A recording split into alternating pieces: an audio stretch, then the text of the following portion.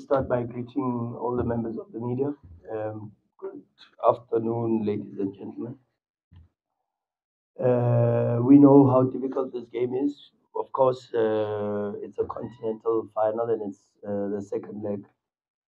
We were clear to say it's the second half of the match, and we are also understanding that it's our first, as I said already to you guys, our first final in 7 years since 2016 against a team that's played the last two Champions League finals and won one. They've been in the last seven semi-finals, in the last eight Champions League semi-finals. So it's a team with experience of playing these type of games and high-profile games. They come to South Africa for sure with the advantage of the scoreline. But we take a lot of confidence from our performances because I think we are the second team in the last, I don't know how many years, to go to Wydad and dominate the ball. We had more ball possession than them. We had more passes than them. And so that gives us confidence in our performance that we know we can play better and we can play better in front of our crowd and we will play better in front of our people. But we know how difficult the assignment is and we're looking forward to it.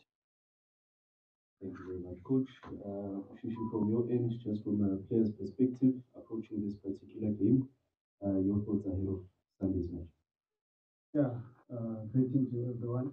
Definitely is going to be a tough game. Obviously, the tough game because two teams that are good at playing each other. And yeah, for us, the team is looking forward to the game. We know what to expect and we know what to do. And obviously, we need to play well in front of our supporters. And we know that with their support, that's where we play our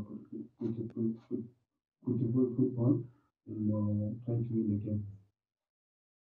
Thank you, Shishi. Your opportunity to ask questions, members of the media, you could raise your hand, identify yourself as well as your publication. I saw Kamu's hand first. Kamu was the last to end. Make an exception. Thank you for your time today, Coach. Thanks, Kamu. Good to see you. Coach, before the game, I just wanted to touch on your previous pre-match press conference. We saw you be quite, I don't know if aggressive is the right word to use when you were speaking to the Egyptian media when they asked about the complaints and stuff. Yes, it was very well thought out, very methodical. I just wanted to ask if you approach your pre-match press conferences the same way you do your matches in the sense that it's well thought out and methodical in the sense that you know what you're going to say and yeah, things of that nature.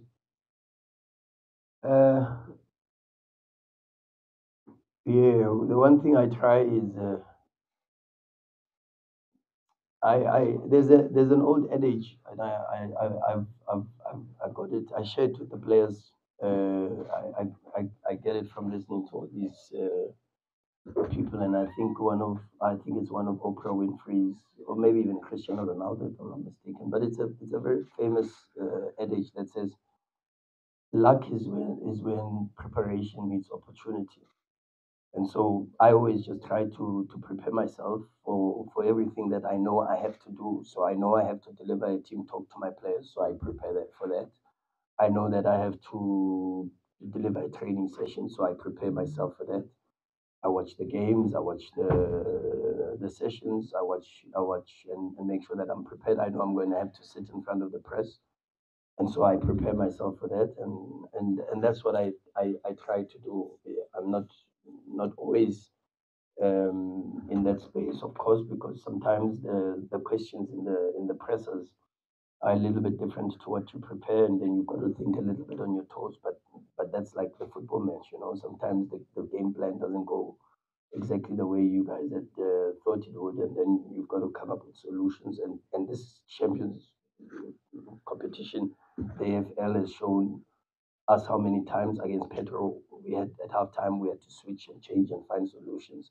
against Al Ahly, we had to switch and find solutions. So I expect the same even for tomorrow's match for sure. Afternoon, coach. Afternoon. Coach, you Sean got 2 Toro. days with Peter, Yeah. Lucas. How are they looking? Any chance of seeing them on Sunday? And maybe any updates in terms of Peter?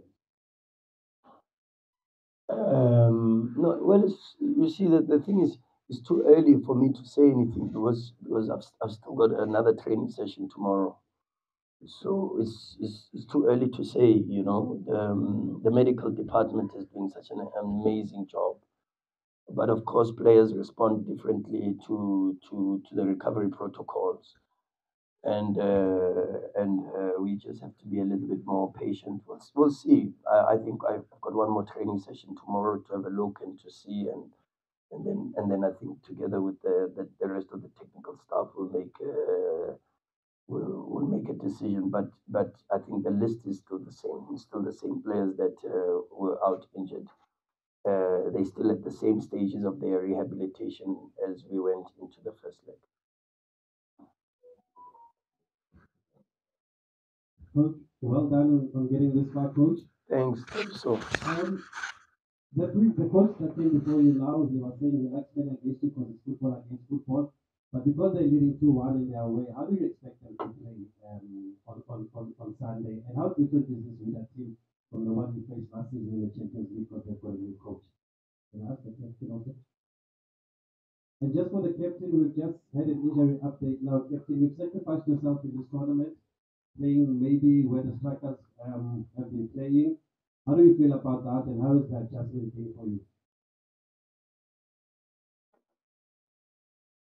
Yeah, no, it's been difficult, but obviously I need to respect the coach's decision and try to help the team. That's my duty. And yeah, with the help of the guys, trying to push myself and the guys are always supporting me. And yeah, for me, it's all about the team. um, I don't know if you mind if I piggyback on that question.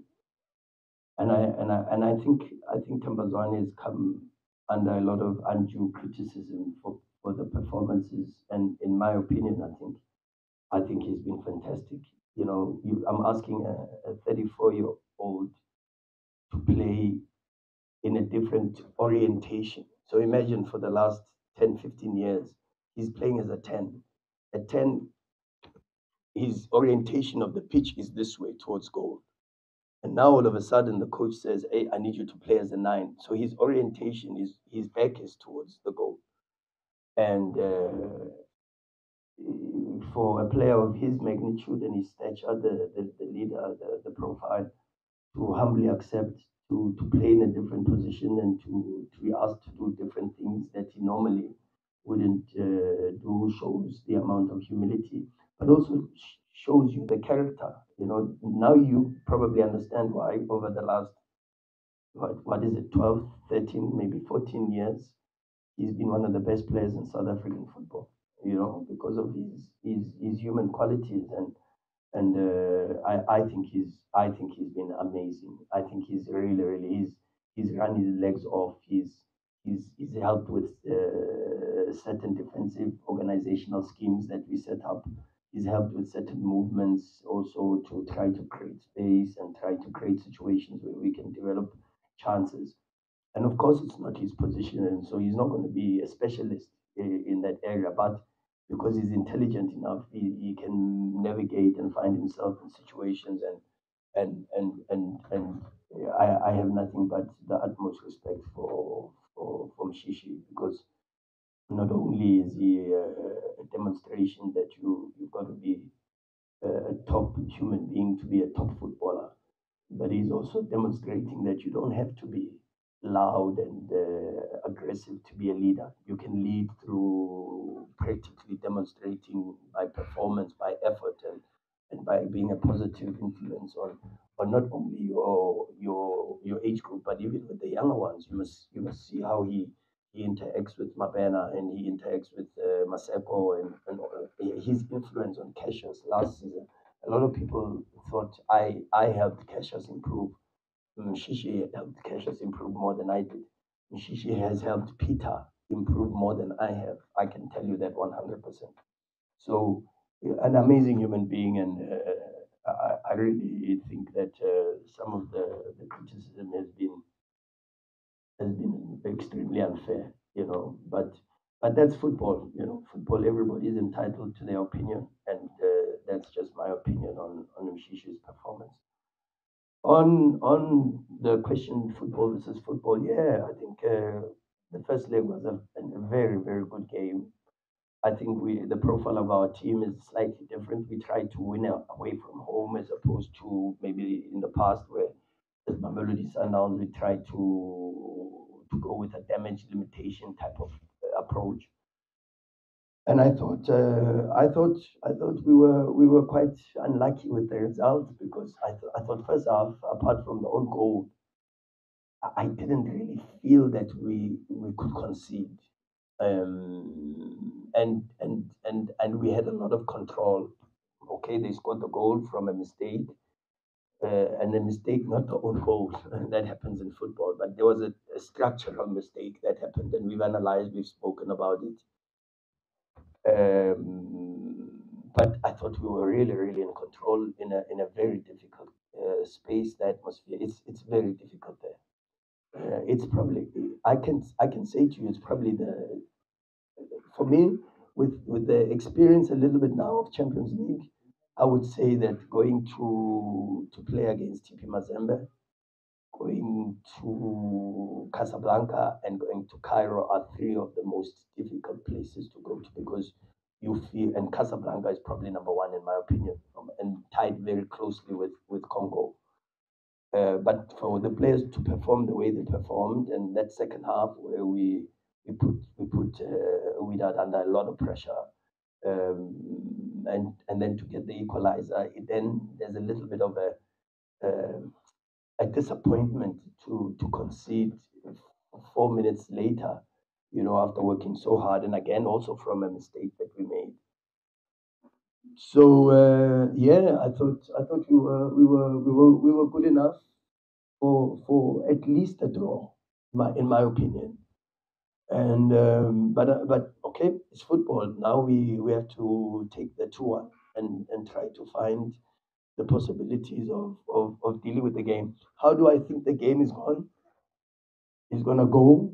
Um, the players know. I've told them how I think the game is gonna go. 9 times out of 10, when I tell them how the game is gonna go, 9 times out of 10, I'm right. So I'm hoping that this is one of the times that I'm right. I'm not always right. I do get them wrong sometimes. But I can't let that out. The players know how I think the game is going to go from their side and from our side, and what we have to do in specific phases of the game, and what are the signs that will tell us what is about to happen. And hopefully the players understand that, and now it's going to compete on the performance.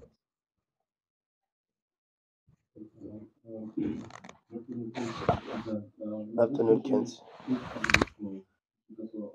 Coach, last night I was watching Sky Belinda, and Yeah. some said it's easy. It's not easy to win an easy game. That was before Sundowns was going to play for tomorrow. And I think 8 months ago, around March, you said the pressure of finding a win is the pressure that you'd rather have, the pressure to find a win. And now that you are training and you are in a pressure moment to find a win, as opposed to, would you rather take this pressure or would you rather take the pressure of leading 1 game and then trying to cement that result?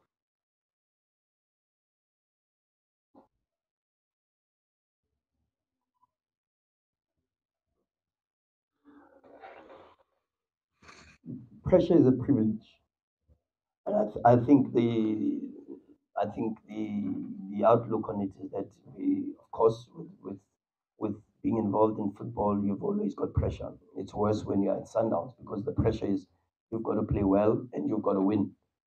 Sometimes there is this feeling that I get that when we play well and we don't win, people are very quick to go, oh, forget the results, let's focus on the performance. And when we win, but we don't play well, people are very quick to forget the result and focus on forget the performance and focus on the result. And that's the pressure at Mamelodi Sundowns. It only comes because we've set the expectation that we can play well and win. We've shown that we are capable of doing that. So it's our own fault sometimes that we are under pressure not only just to win but to play well and win. It's our own fault, and because of that, we go into every single game with that expectation and with that pressure to try to play every single game to win, but not just to win, but to win with very good performances too. Welcome.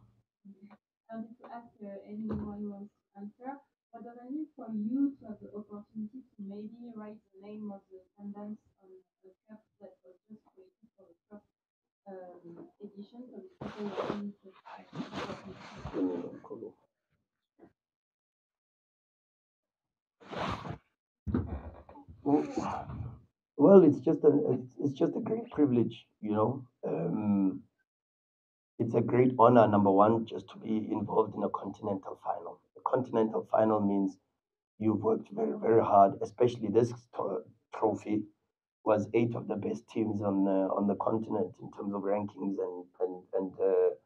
and how the teams were selected to participate in this competition. And so to be in the position that we are in already to play the final is an extreme privilege and a great honor. The opportunity that it provides is not just an opportunity that we look at with a lot of gratitude and humility, but also we understand the burden and the heaviness of the responsibility that we have in representing not just our team, but also our families. We represent our country, and that's the responsibility that we have, and to carry that responsibility is something that makes us extremely proud and humbled to be given that opportunity. And for sure, I think you saw even in the first leg, the players gave everything that they could. They ran, they fought, they showed incredible character and unbelievable spirit to fight in a very, very difficult game against a very good team in a very intense and aggressive atmosphere. So we take this opportunity, as you say, with a lot of humility and understand the privilege of being able to write, as your words, as you said, to write our names in the history books. I tell the players every day that history has no blank pages.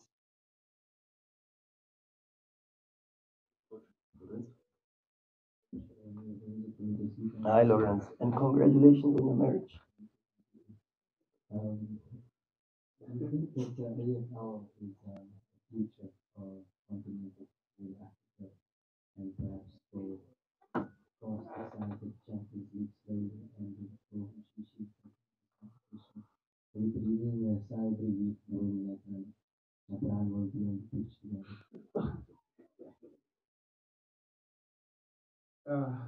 Obviously, Japan is a good player, but for me, okay, whether he's there or not there, the only thing that we focus on is the player of the show and the national team country in the game. That's all. Yeah, do I think that this competition will replace the Champions League? I, I, I wish I was a very, very good, what do you call them? These fortune tellers. Yeah, no, Sangoma is, but I wish I was a very good fortune teller and I could tell you the future. But I really don't know. All I know is that this is a fantastic initiative. I think the objectives are very, very clear. I've said it so many times, and we are just privileged to and honored to be part of this tournament this time around. These are the last two questions, coach, so that we can Sure. review. Good afternoon, coach. Afternoon, Mr. Matatse. Coach, I know in the past you've repeatedly declined to shine the spotlight on yourself. I'm going to ask you to disappoint me today and put the spotlight on yourself. You are on this cup or on the cusp of something very special here. This will be history. Will be the first coach of this tournament. It's not quite a Champions League, but it's up there. It's a significant tournament. It will sort of increase your stocks as a coach. Um, what will it mean to you if you were to rock up here on Sunday and put one over these guys who probably had the last time you saw them in the Champions League?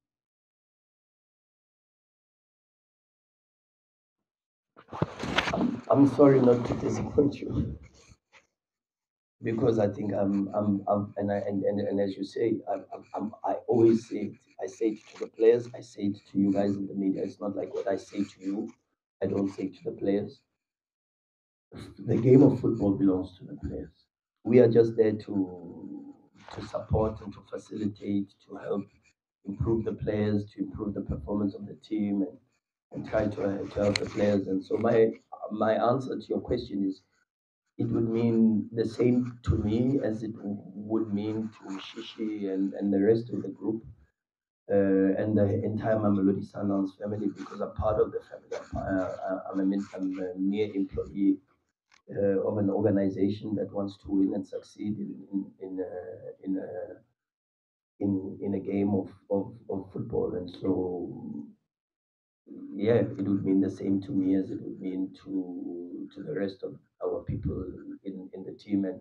And for sure, I think if there is a group that deserves to lift a continental trophy, because I think last season we were by far the best team in the Champions League.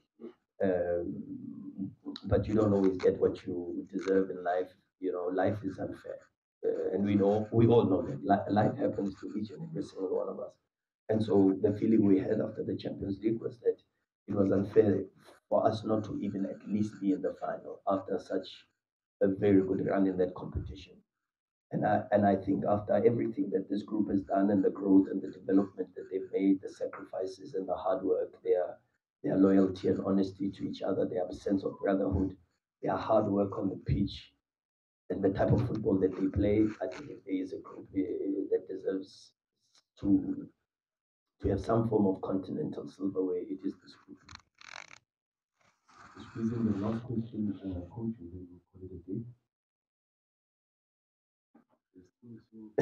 We only have time for one. We'll start with another time. With the gorgeous one. Ah, shit, man. You can give Karabakwe. He's a regular. Okay. He, Only because the coach is he comes also for Pumamoro. only because you agree, coach. Sure, sure. Coach, this morning I watched the video again, mentioning the team that got over with that Pedro. Now it's William Casablanca. Do you still feel that it's written in the stars, or do you still feel that as much as it is written in the stars, you still need to put in the work? Yeah. Let me explain that. When after I arrived back to Sundowns, the first Champions League exit was a quarterfinal to Al Ahly. The second season was a quarterfinal exit to Petro, and the last season, so the last three exits in the Champions League were against semi-final last year, Wydad, previous year, Petro, previous year before Petro, Al Ahly. And so the story written this year is we start with Petro, a rival, a team that knocked us out in the quarterfinals 3 seasons ago. And then next was Vida, Al Ahly, a foe that knocked us out the previous season before that. And then last season was Vida. So it just because it's written in the stars doesn't mean the stars are aligned. Our responsibility now is to align the stars. And that's the message. It's written in the stars, but you've still got to work. You've still got to look for the C that's there, the H that might be hiding behind the moon, the A that might be there but is camouflaged by a cosmetic unknown flying object in this. I hope you understand what I'm saying. And then it's your work to be able to align and find them and work very hard to align the stars. It might be written, but our work now is to make sure that we invest and we put it. It's the same thing with rain. And just because there's rain clouds doesn't mean it's gonna rain. But you've got to put in the work. It's either you start building a shelter, and yes, there are people still within our country that have to build shelters when they expect rain. Or you have to run and find a shelter, or run and buy an umbrella, or run and you see, there's still work to be done. And there's no handouts in life. You've got to work very, very, very hard for everything that you want to achieve, and that's the message the players know, and that's the message we carry every single day. We work very, very hard. I must tell you, and that's why, as I said, is one of the reasons why I feel that that's what this group deserves. They deserve to be continental champions because of the amount of work that they put in. Last one, Karan. Thank you. No, thank you. Coach and future, just coach. You come from a beautiful football history, very rich in regards to what you guys have achieved in South African football. Your uncle and work there, and this is a match, coach. I think when you look at it, as I always say, the players have got an opportunity to have their own history, big hands of paradise, and then just do something special and unique. Do you speak to your family members in regards to how do I handle these type of matches? I mean, your uncle has done great things. Your father as well. Do you speak to them? And lastly, Shishi, as a senior player, what is the conversation in regards to this match from a perspective? I'm not clear about team. Are they nervous? Are they excited? Just your thoughts in regards to the perspective. Yeah, no.